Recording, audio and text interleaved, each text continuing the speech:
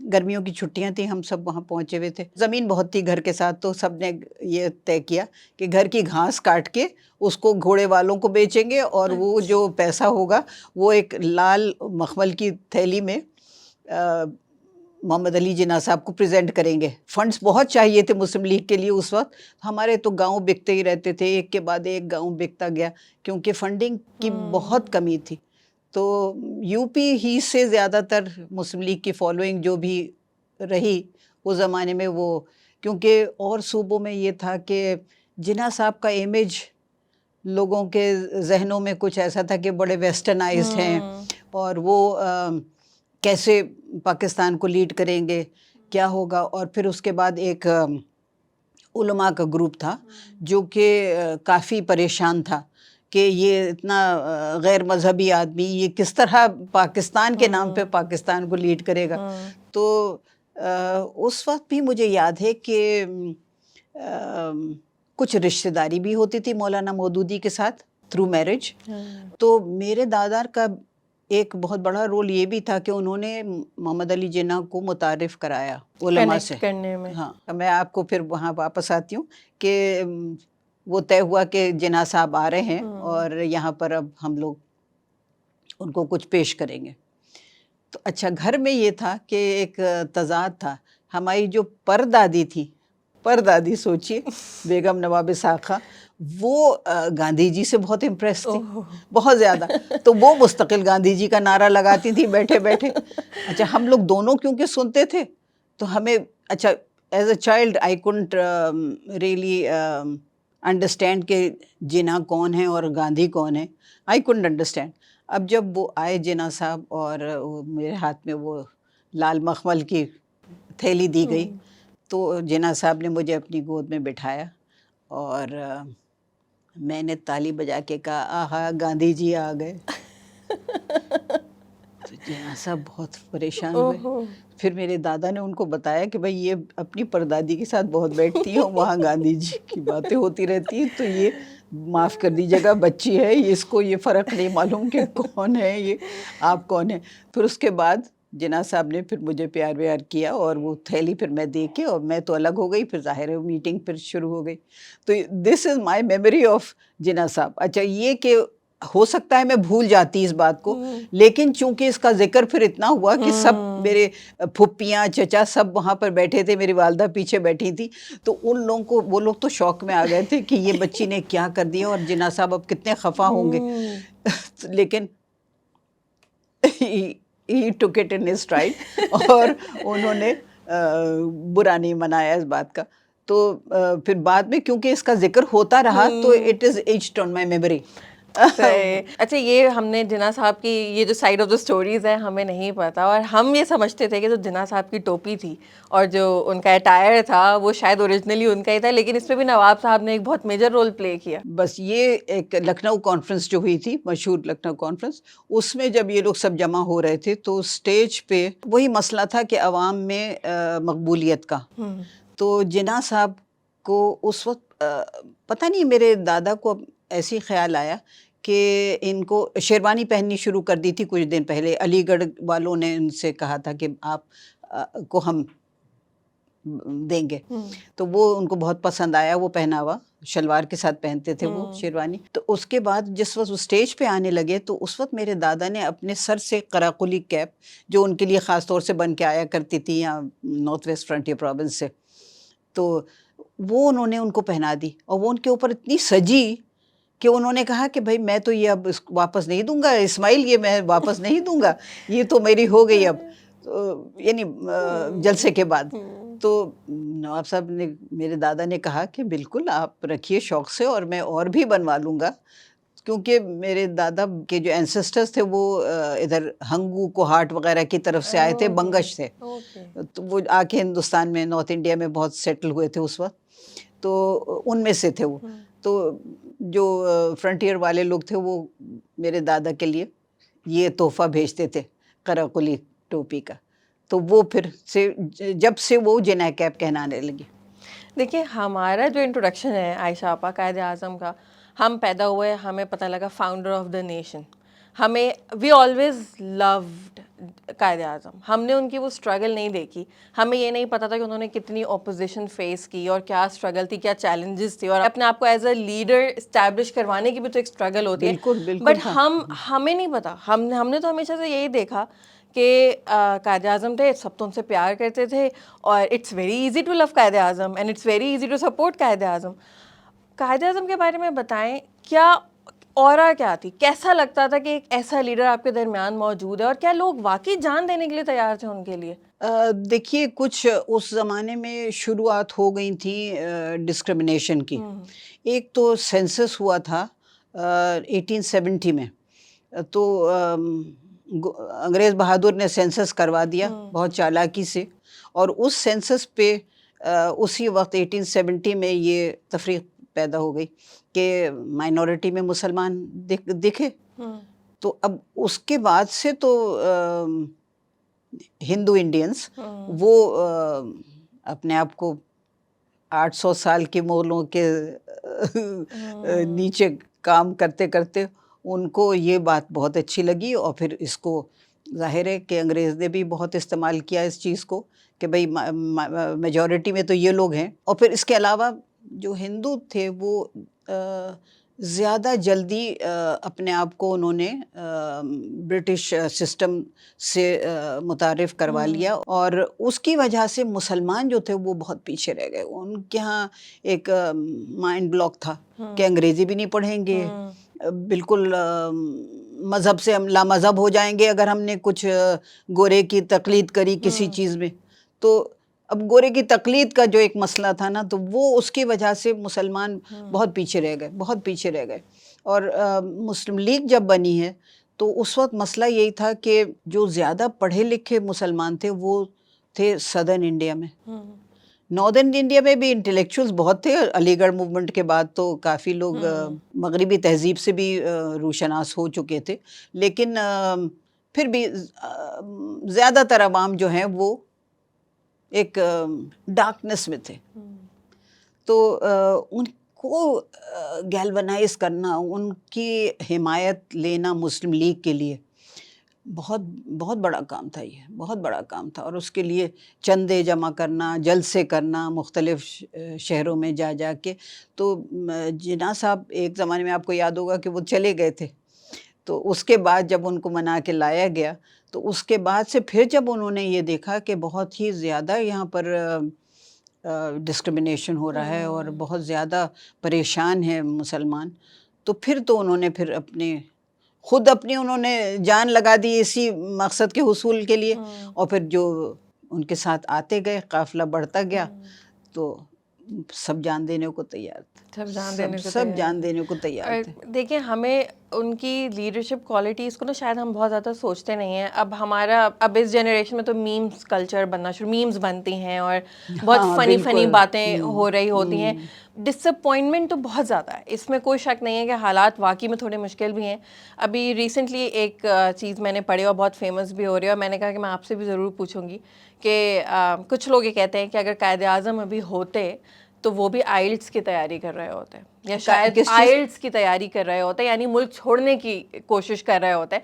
اور میں یہ سوچ رہی ہوتی ہوں کہ فار سم ریزن اس جنریشن کو یہ لگتا ہے کہ ابھی جو حالات ہیں یہ اس 1947 کے حالات سے بدتر حالات ہیں, یعنی یہ زیادہ مشکل حالات ہیں, اور اس ٹائم پہ شاید قائد اعظم بھی یہاں سے جانے کی وہ کر رہے ہوتے. میں چاہوں گی آپ اس کے اوپر تھوڑا کامنٹ کریں کہ ہم قائد اعظم کو صحیح سے پہچانتے نہیں ہیں, ہمیں پتہ نہیں ہے کہ وہ کس طرح کے لیڈر تھے. دیکھیے, قائد اعظم کی گھٹی میں ایک جو برٹش ڈیموکریسی جو انہوں نے دیکھی اور وہاں کی لاء پڑھی, تو ظاہر ہے ان کو تو جو ان کا خواب تھا ڈیموکریسی کے بارے میں, وہ اسی خواب کے تحت تو وہ سب کو گیلونائز کیا تھا انہوں نے. وہ جو ان کا خواب تھا وہ تقریباً 2-3 سال کے بعد ہی وہ خواب جو ہے وہ ٹوٹنا شروع ہو گیا تھا. ایک تو یہ کہ یہاں کا کانسٹیٹیوشن نہیں بن پایا تھا کافی عرصے تک. ایک آبجیکٹیو ریزولوشن لیاقت علی خان صاحب نے پاس کروایا تھا, اسی کے تحت بہت دن چلتے رہے. لیکن جو واقعتاً جو برٹش ڈیموکریسی کا پیٹرن لے کے ہم لوگ چلے تھے, اس سے تو انحراف شروع ہی سے ہو گیا تھا. تو اب جب جہاں پر ڈیموکریسی، اب ہم لوگ for the people, of the people, by the people کہتے تو ہیں، لیکن یہ سب کہاں ہے؟ بالکل یہ سب کہاں ہے؟ میں خود سوال کر رہی ہوں، کہاں ہے یہ؟ آپ لوگوں کو تو یہ اور بھی نہیں دکھے گا. ہمیں اب اس قدر مایوسی ہو گئی ہے کہ یہ چند سال بعد پاکستان کو ریپبلک بھی ڈکلیئر کر دیا گیا. That's a joke now. It's an absolute joke. Republic, what does a republic stand for? Where are we? We are not a republic in any sense of the word.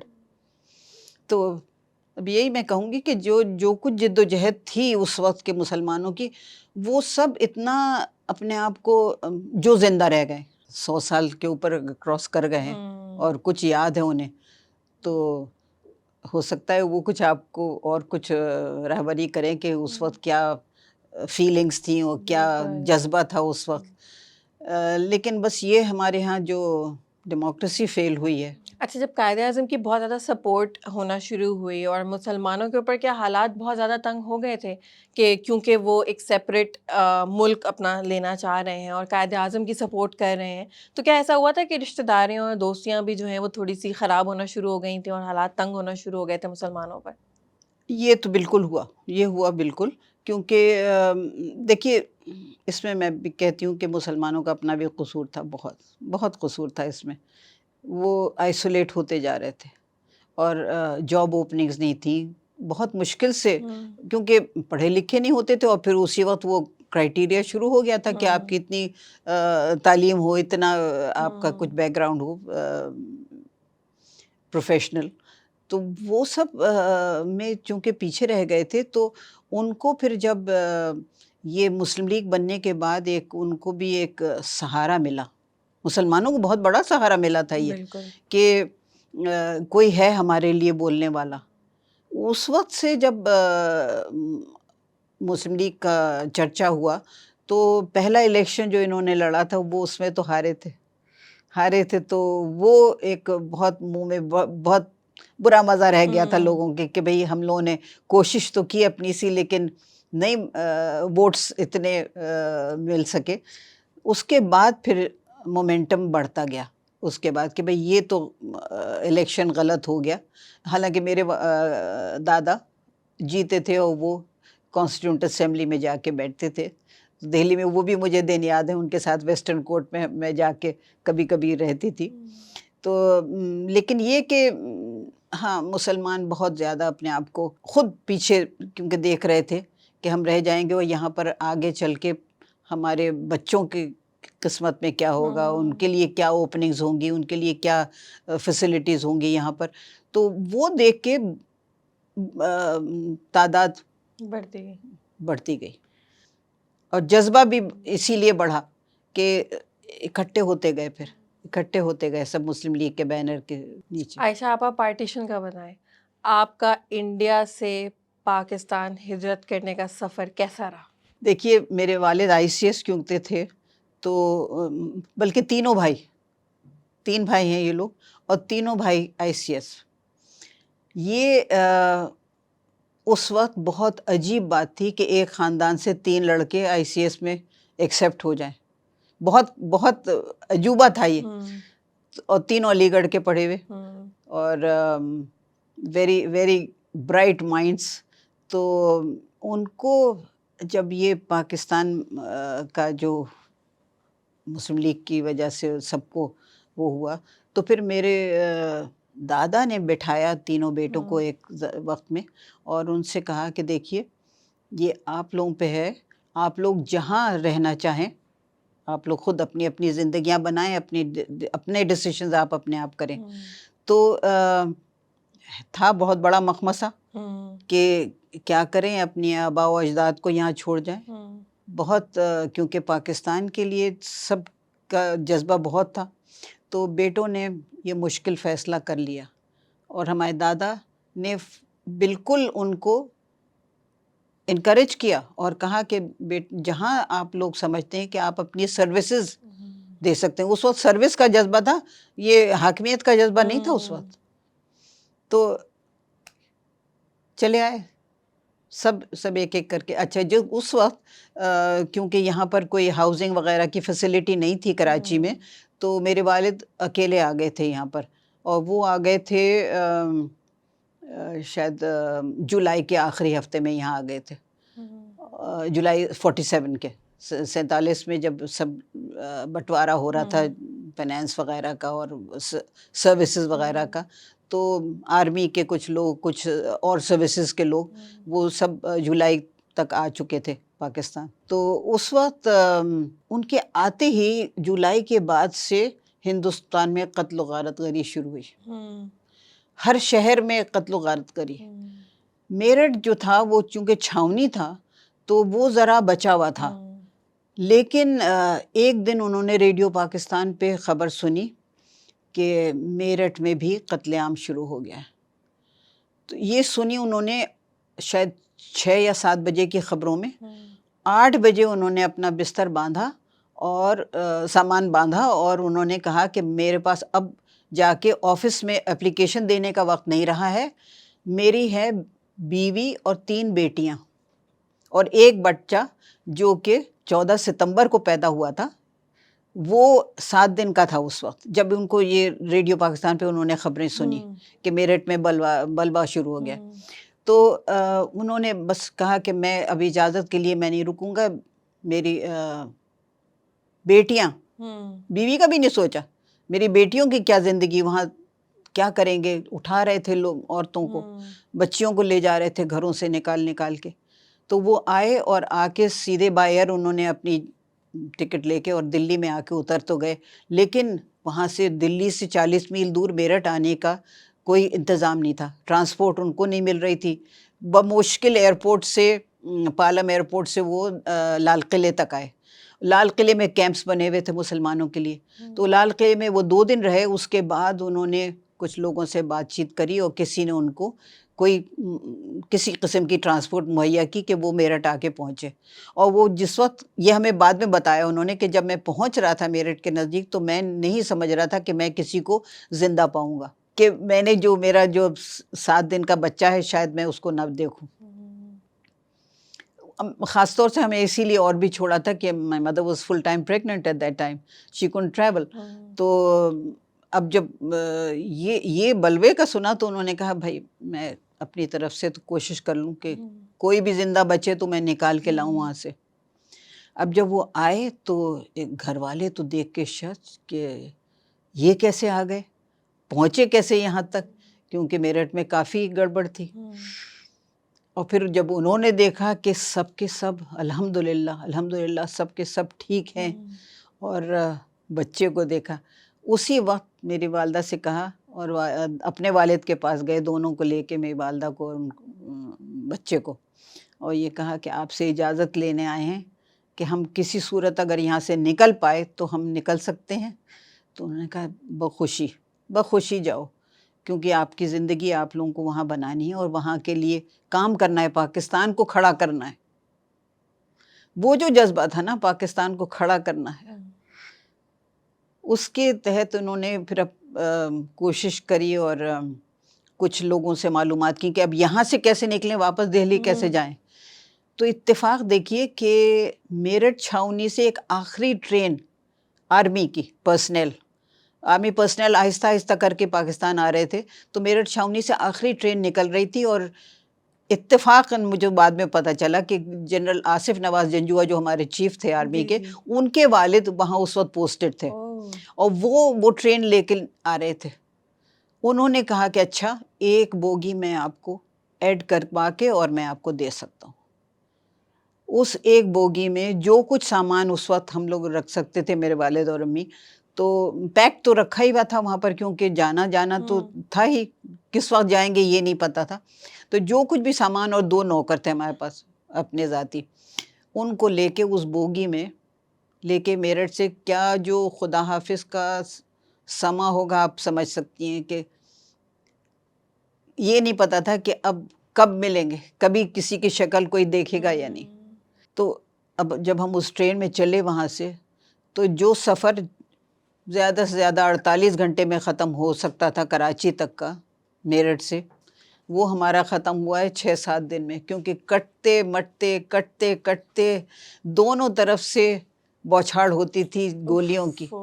اور ہمارے والد نے اس وقت وہ اسٹیل کے باکسز ہوا کرتے تھے جس میں سامان تھا، تو وہ شیشوں کے آگے وہ ہمارے باکس تھے، ان میں سے بھی بلٹس نکل کے دفن تو ہو جاتی تھیں باکسز میں ہی، لیکن بعد میں جب اترا سامان تو دیکھا کہ کتنے چھلنی ہو گئے تھے، وہ بھی شیشے ٹوٹ چکے تھے، وہ بلٹس آ کے سامان میں رک جاتی تھی.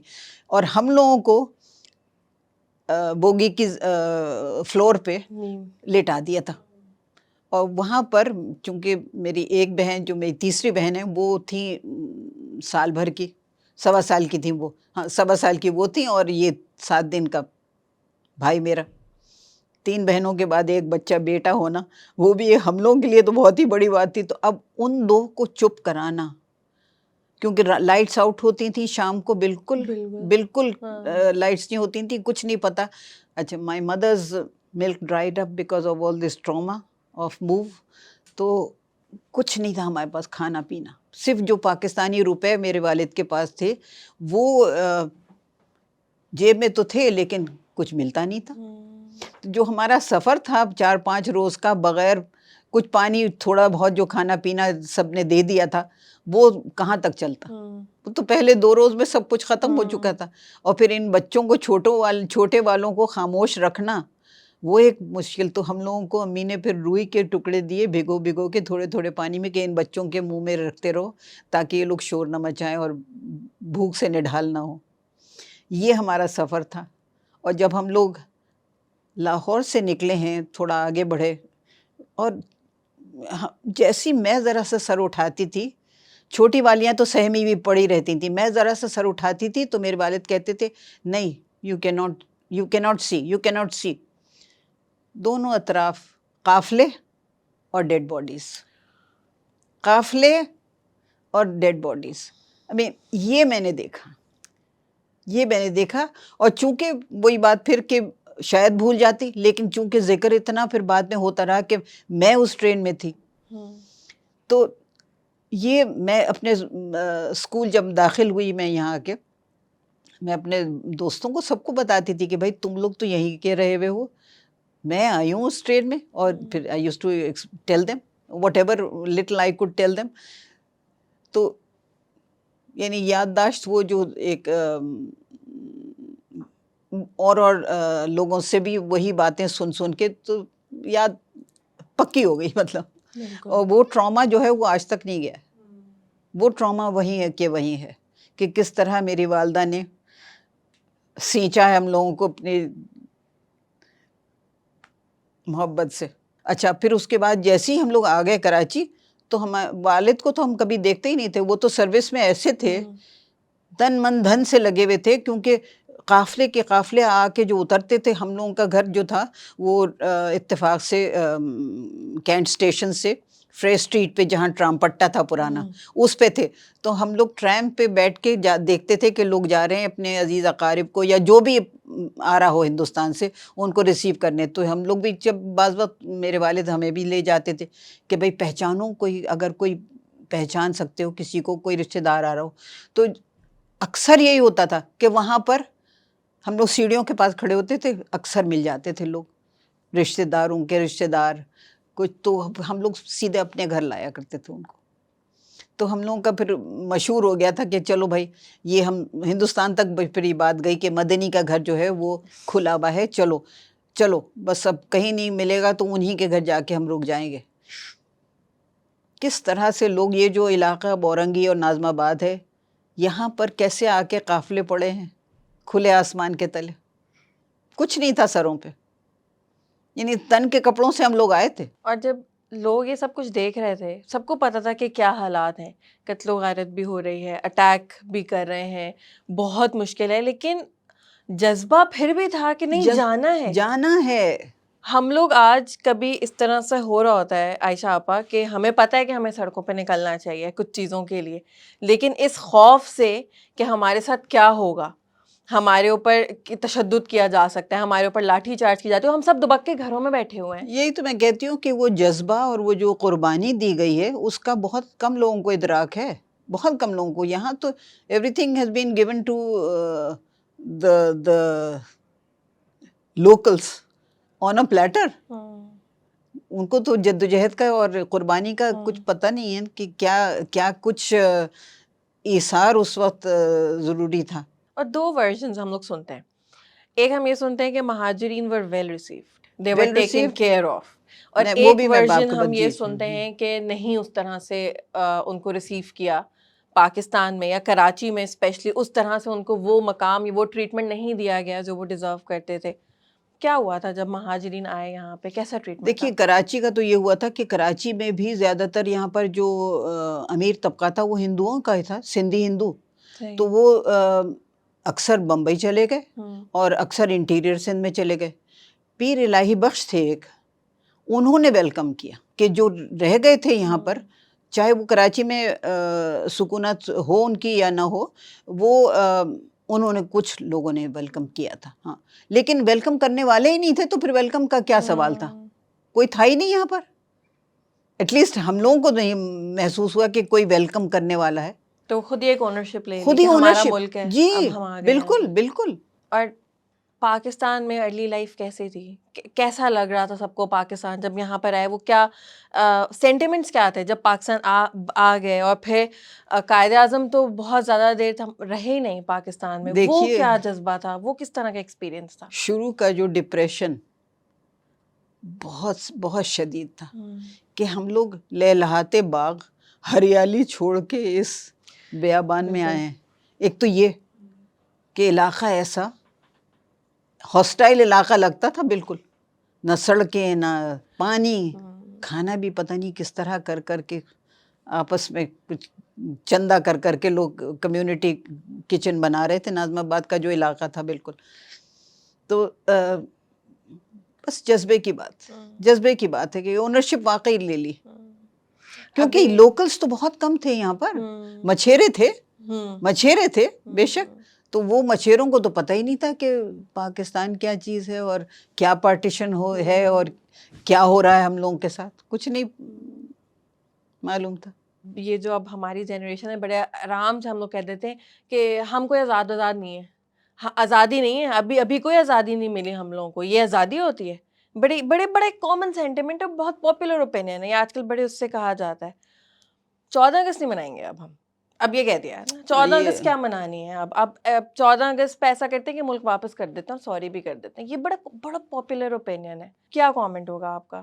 دل برداشتہ ہیں, ہم بھی دل برداشتہ ہیں, کیونکہ جو ہم نے ایک خواب کو چکنا چور ہوتے ہوئے دیکھا ہے, یہ سمجھانا نئی جنریشن کو بہت مشکل ہے. کیونکہ یہ اب جو آپ کا جنریشن یہ جو نئی سیاست دیکھ رہا ہے اور نئی ڈیموکریسی دیکھ رہا ہے, اس کا ایکسپیریمنٹ ان کے سامنے ہی فیل ہوتا سب کو نظر آیا. اور آزادی کا ان کو جو کانسیپٹ تھا وہ کانسیپٹ نہیں تھا جو ہم لوگوں کے ذہن میں تھا. آزادی کا کانسیپٹ ہم لوگوں نے آزاد اپنے آپ کو کس سے کروایا تھا؟ انگریز کی غلامی سے اور ہندو ڈومینیشن سے. یہ دو چیز تھی نا جس سے آزاد ہم لوگ ہوئے تھے. اچھا, اب جو آزادی کا ہے نا, یہ دوسرا قسم کا ڈومینیشن جو آ گیا, ایلیٹ کیپچر جو ہے. اسی فرام دا ایلیٹ کیپچر اب جو آزادی کا جذبہ ہو رہا ہے وہ اس بیسس پہ ہے. میری جب آپ سے بات ہو رہی تھی آج کی ڈسکشن کو لے کے, تب میں نے سوچا تھا کہ میں یہ سوال ضرور کروں گی, سب سے آخر میں کروں گی اور ضرور کروں گی. اگر ہم ٹائم ٹریول کر سکتے ہیں, if you can go back, 1947 ہے, and if I ask you will you come back to Pakistan, like will you choose Pakistan again? دیکھیے میری تو برین کنڈیشننگ ہے. My heart is conditioned to Pakistan. I very proudly wear my Pakistan pin all the time. اور یہاں پاکستان ہی میں ہماری تو مطلب ایک طرح سے آنکھ یہیں کھلی, ساری ہماری اسکولنگ یہیں ہوئی. بے شک برٹش سسٹم میں ہی ہوئی ہے, لیکن یہ کہ ایجوکیشن یہیں کی ہوئی ہے.